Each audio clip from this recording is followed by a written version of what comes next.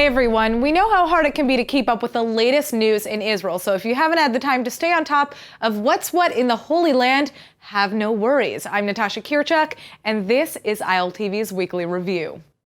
Rocket alerts have been reported across the south Thursday morning as Palestinian terrorists in the Gaza Strip fire a rocket towards the community of Sderot. The alarms rang out just after 2:30 in the morning on Thursday, giving residents less than a minute to wake up and get to the shelters. But thankfully, the Iron Dome defense system launched into action and intercepted the attack, preventing serious injury or damages. Hours later, in response, though, Israeli Air Forces then reported bombing a Hamas weapons factory in Gaza. But again, no injuries have been reported in Gaza either. And Israel has also announced the restriction of Gaza's fishing zone to 10 nautical miles. It's not yet clear what terror group is responsible for the morning rocket fire, but Israel holds the Hamas terror organization accountable for any attacks emanating from the Strip, as Hamas is the governing entity. Now, in related news, Israeli security forces have now announced the arrest of around 50 terror group members across Judea and Samaria, or the West Bank, in recent months.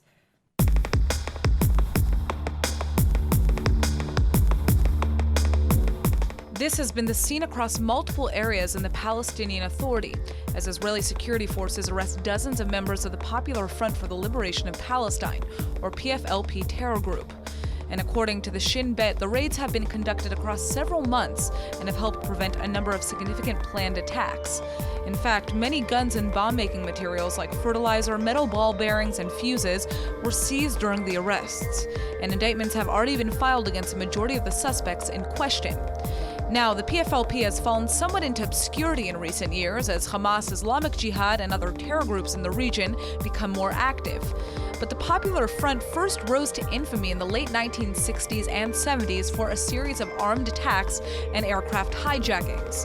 They've also claimed responsibility for several suicide bombings during the Second Intifada. But Israel began a renewed targeting of the group after the August 23rd bombing near Dolev, in which Israeli teen Rina Schnell was killed and her father and brother were seriously wounded. And in accordance with the recent raids, the IDF has also begun plans to demolish the homes of several PFLP members suspected of involvement in that attack. In other news. Yes, the IDF has just taken out a terrorist from the Gaza Strip that was attempting to infiltrate Israel. What you're seeing here is a Palestinian terrorist armed with an assault rifle and lurking along the security fence by the southern Gaza Strip's border. And this video was captured by IDF patrols and observation posts. But what it doesn't show is that an Israeli aircraft fired upon the suspect shortly thereafter, neutralizing the threat. There was no immediate word from Palestinian authorities, however, on the suspect's condition following the strike. Meanwhile, in Bethlehem, IDF troops fired upon and apprehended a Palestinian terrorist who was throwing Molotov cocktails at Israeli vehicles along the road. And again, the extent of the suspect's injuries is not yet clear, but he is reportedly alive and in custody. In spite of the continuing attacks, though, Israel continues to allow the flow of aid into the Palestinian territories, including around 20 rescue and firefighting vehicles that were taken into Gaza on Tuesday. The equipment is donated by Qatar, which is also financing the Strip's civilians with monthly stipends, and the donation greatly raises the response capabilities of Gaza's civil defense network. Until now, the Strip had just 33 vehicles and a single fire truck with a hydraulic platform servicing nearly 2 million people.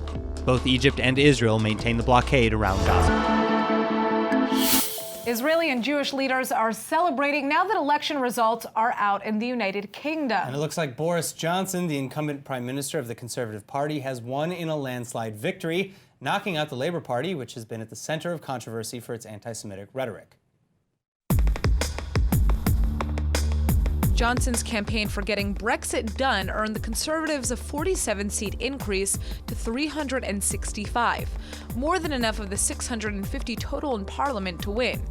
And Israeli Prime Minister Netanyahu was among the first to respond to Johnson's big victory. This is more evidence that the people decide, not the media. It's part of a global tidal wave for secure borders, a free economy, and sovereignty. I look forward, Boris, to working with you in the coming years to strengthening even further the important friendship between Israel and the UK. Congratulations, friend. Johnson's rival, Jeremy Corbyn from the UK Labour Party, has come under fire for his outspoken criticism of Israel and recent promise to recognize a Palestinian state and slash aid to Israel upon entering office. His major loss comes as the Labour Party has been fighting accusations of growing anti-Semitism, which other Labour members have since resigned over. Accusations so pervasive and numerous that British Chief Rabbi Ephraim Mirvis took an unprecedented stand against the Labour leader just ahead of the vote. A huge move given that the UK's Jewish community has historically voted for Labour.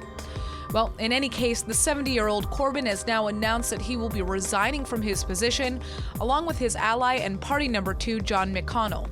Following the loss of 59 seats in Parliament to 203, the Labour Party is now at its lowest since the 1930s.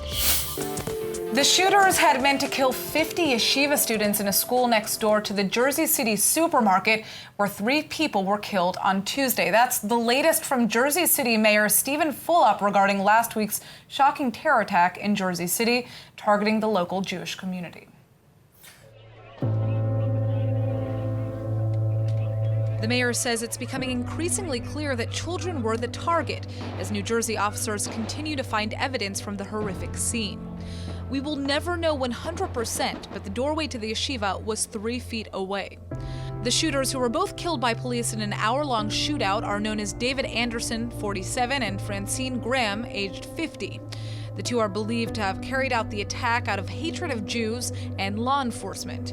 And now investigators may have new information.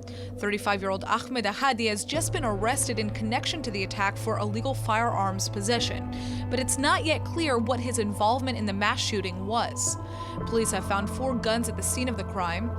And before the supermarket violence, the attackers also killed Jersey City detective Joseph Seals in a nearby cemetery. The religious Jewish community in the area has raised around $50,000 to support his family. The 3 victims killed in the supermarket include 31-year-old Mindel Ferenc, who owned the grocery with her husband, 24-year-old Moshe Deutsch, a rabbinical student from Brooklyn, and Douglas Miguel Rodriguez, who was a store employee. It's absolutely heartbreaking, and this update actually comes following several other anti-Semitic incidents across the United States. A fraternity at Indiana University in Bloomington, for example, is under investigation now for reportedly beating 3 Jewish students outside of a party while calling out anti-Semitic slurs. And in Beverly Hills, California, a synagogue has been ransacked, and a man was caught on camera breaking into the place of worship and damaging several Jewish items. But moving back to Israel now, some big news is coming out of Jerusalem. It looks as though another nation is now recognizing the Holy City as Israel's official capital. It was promised and then taken away, but Brazilian President Jair Bolsonaro will be moving the Brazilian embassy in Israel to Jerusalem in 2020.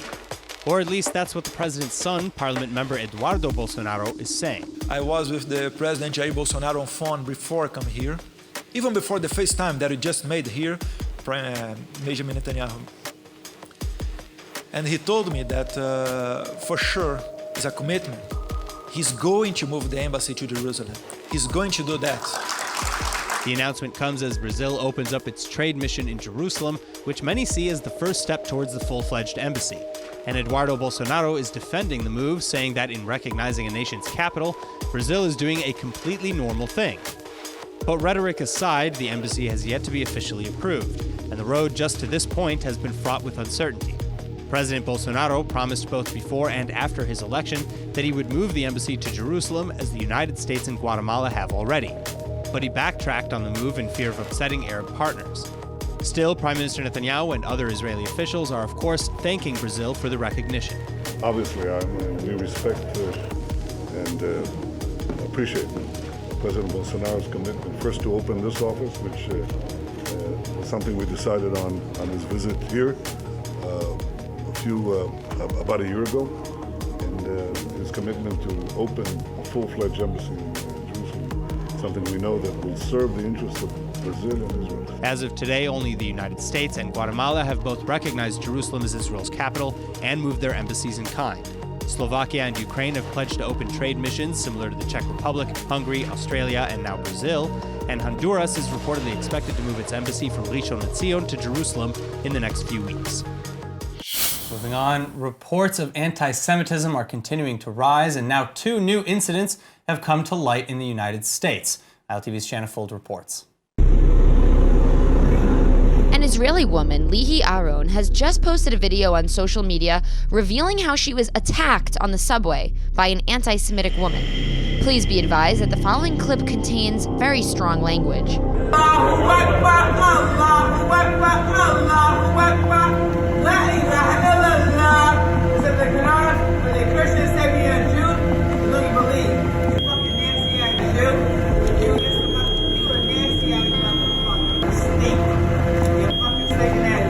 Lihi says she was taken aback after she saw this woman bullying and yelling at an Orthodox man on the train for being Jewish and began to record the incident. It was at that point that the woman attacked her, and Lihi says that she was shocked by the fact that no one took any action against the woman's anti-Semitic rant until finally the police were called. Meanwhile, new reports from New Jersey show that the dust has yet to settle in the wake of last week's kosher supermarket attack. A recently published video from the day of the shooting reveals locals from the area blaming the Jewish community for the attack. Again, viewer discretion is advised. I'm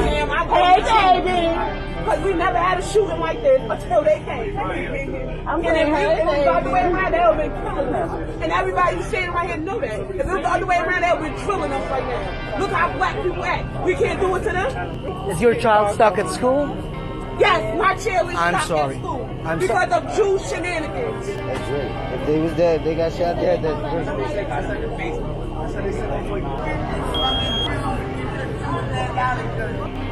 Sorry, now this story is very intense. Two brothers in Australia have just been handed serious prison time for plotting to carry out a terror attack, and it's largely thanks to Israel that they were caught. The IDF actually gave Australian police a tip about the plot back in 2017 that led to its prevention.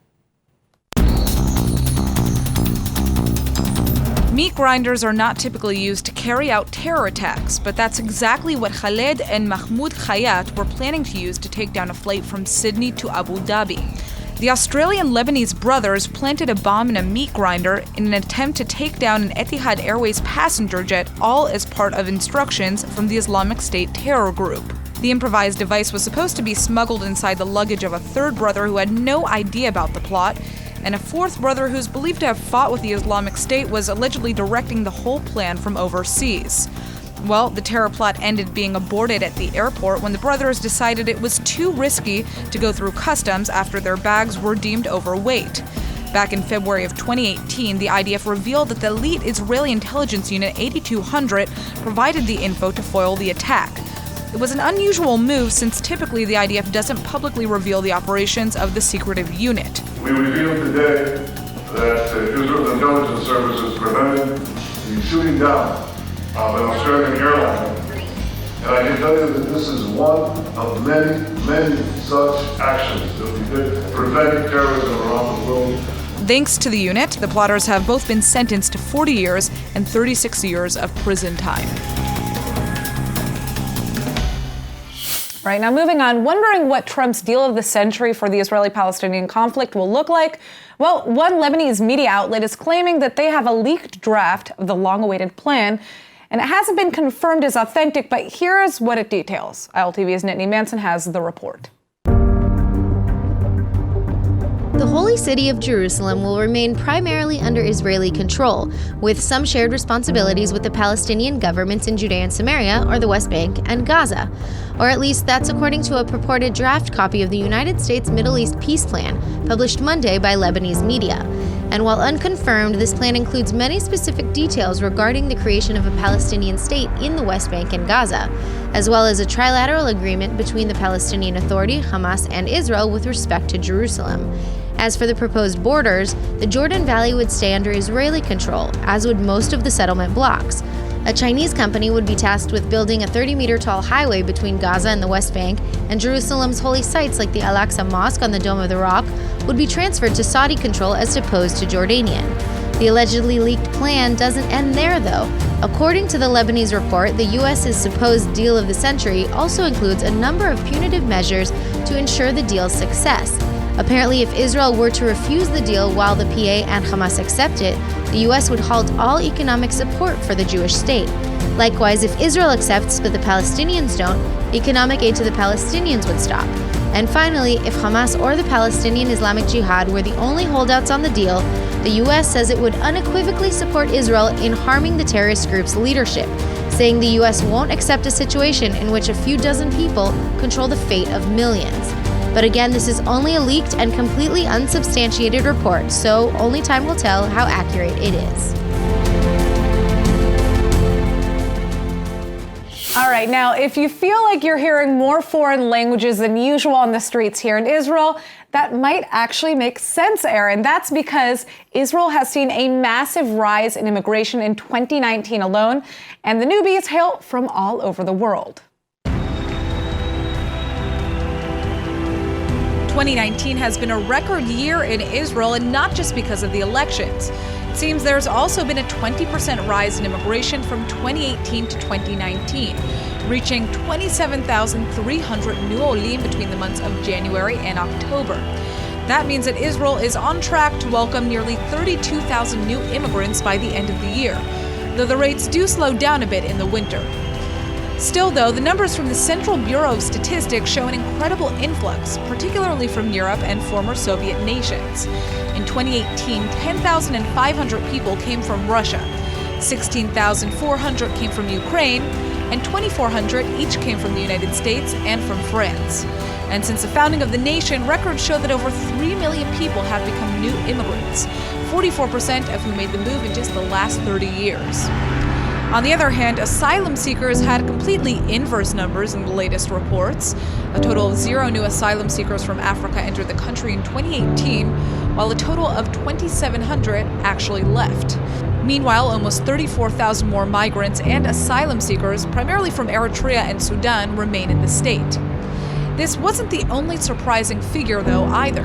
2018 marks the first year in Israel's history where non-Jewish immigrants to the country outnumbered the Jewish ones. It also marks the latest rise in immigration by Israelis with academic degrees. Nearly 5 Israelis with degrees left the country for every 1 new degree-holding immigrant. And this rate of emigration has steadily been on the rise, alarming some economists who say the economy's future may be emigrating with them. But overall, this doesn't appear to be an immediate danger, as 92% of native Israelis and 85% of new immigrants report satisfaction with their lives in the state. All right, now this story is also unbelievable. Women who discover that they have breast cancer in an early phase may now be able to avoid going through chemotherapy, and it's all thanks to an Israeli study that's been a decade in the making. ILTV's Nittany Manson has the scoop.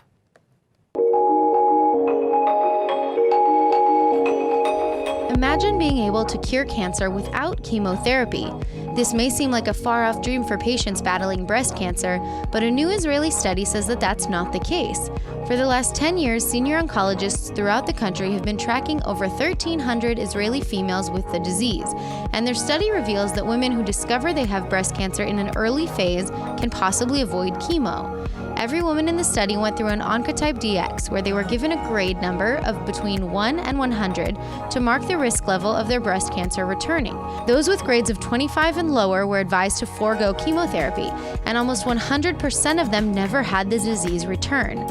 This is a huge development in the field because chemotherapy can have long-lasting health ramifications. Breast cancer is the most common cancer in women worldwide, and in the United States alone, 1 in 8 women will develop the disease over the course of her lifetime. Until now, chemotherapy has been a leading treatment, but the side effects can be brutal, from hair loss to nausea and vomiting to fatigue and infection. This new study may hopefully now help more women avoid going through this treatment if it isn't necessary, and today most patients can detect breast cancer in its earlier stages. Now, Jerusalem is home to the 3 monotheistic religions, Judaism, Christianity, and Islam, and each religion has its own sector in the Old City of the Israeli capital. Now, the Old City may just be 1 square kilometer, but it is also home to some of the most important religious sites in the world. And ILTV's Emmanuel Kadosh went to Jerusalem to explore all 4 quarters, the 4th being the Armenian quarter. And this week, she's sharing with us her trip to the Muslim quarter. Take a look. Traditionally, the Old City of Jerusalem has been divided into 4 quarters: the Jewish, the Muslim, the Christian, and the Armenian quarter. The Muslim quarter is actually the largest and most populated of the 4 quarters. The Muslim Quarter is most famous for its Arab market, its direct access to the Dome of the Rock, and its famous Damascus Gate, which was built in 1537 by Suleiman the Magnificent, the Sultan of the Ottoman Empire. We're going to the Arab Shuk, to the Arab market. It's going to be a bit hectic. Yes, I've heard and I've seen, so let's get going. Let's go. People live here in the old city. It's 1 square kilometer, and it's kind of surprising to learn that 47,000 people live inside the old city. The Dome of the Rock, or the Al-Aqsa Mosque, is sacred to both Muslims and Jews. According to Muslims, the Prophet Muhammad is believed to have ascended into heaven from the site. And for the Jews, this is where both ancient Jewish temples stood. There's only one gate that is allowing non-Muslims to go in certain time. The gate behind us is actually a gate that only Muslims can go through. And so what we're seeing right behind us is actually part of the Western Wall. This is the Western Wall. It's half a kilometer and it's long and it goes into the Muslim Quarter. There is a small section in the middle of the Muslim Quarter that people can visit. Not everyone knows that it's a part of the wall. You can pray there together, men and women. And this wall behind us is the West Wall of Temple Ground. And this wall is as close as a Jew can get to that rock under the Golden Dome. The Muslim Quarter is also home to a large number of important Christian sites. We're walking through the Via della Rosa right now, right? We are walking now on one of the market street, which is a part of the Via della Rosa. Jesus is believed to have walked through the Via della Rosa on his way to his crucifixion, and stations of the cross are located in the Muslim Quarter. We're getting close to one of the stations of the cross. We can just see station number 7, for example, of the Via della Rosa. Jesus fell with the cross for the second time in this station. Station number 3, the place where Jesus was falling for the first time. Station number 4, the place where Jesus' mother, Mary, met him, cried, and walked with him a bit towards his death. Nice to meet you. God bless you. Your name Iman? Emmanuel. Iman. Iman. Okay. You're welcome. We're going to go with that. That's my Arabic name now. Do I have a big head? No, that's good.